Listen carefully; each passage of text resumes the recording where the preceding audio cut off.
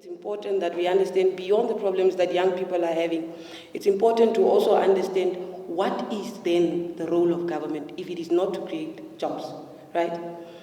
So President Hage Geingob has an engagement with young people at State House, and he says, well, government is not God, to create your own jobs and the likes. And just the same as if, of course not to my surprise anyways, President Cyril Ramaphosa a few weeks ago says, well, government can't create jobs. It is not the role of government to create jobs. So one wonders, I mean, as a political scholar, at some extent, you must sit down and really try and understand. If you have to read, you read.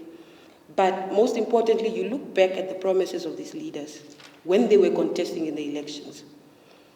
Because for as long as we use issues such as youth unemployment for sloganeering or electioneering, we will never actually be serious about solving this crisis, because it is a crisis in itself. President Ramaphosa, President Hage Geingob both agree, have the same opinion in terms of who should create jobs. They say, well, it's the role of the private sector to create jobs. But once again, you get back to a point where you say, but businesses, which is the private sector, exist for profit, not for job creation.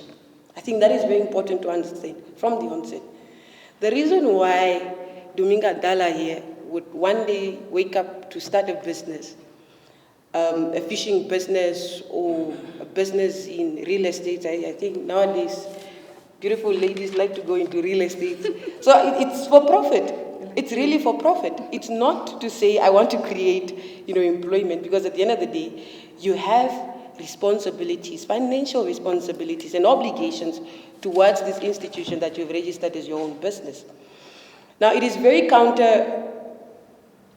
counterproductive to suggest that government has no role to play in job creation, because these are the very same leaders that would come to you during elections and say, well, job creation, we want to address youth unemployment, and it is one of the priorities that is on our list. So if you vote for President so-and-so, we are going to address that particular crisis. Now, for as long as we have a government that does not have a serious conversation about youth unemployment and the state of education, we'll never have a serious understanding, a serious commitment towards resolving the crisis.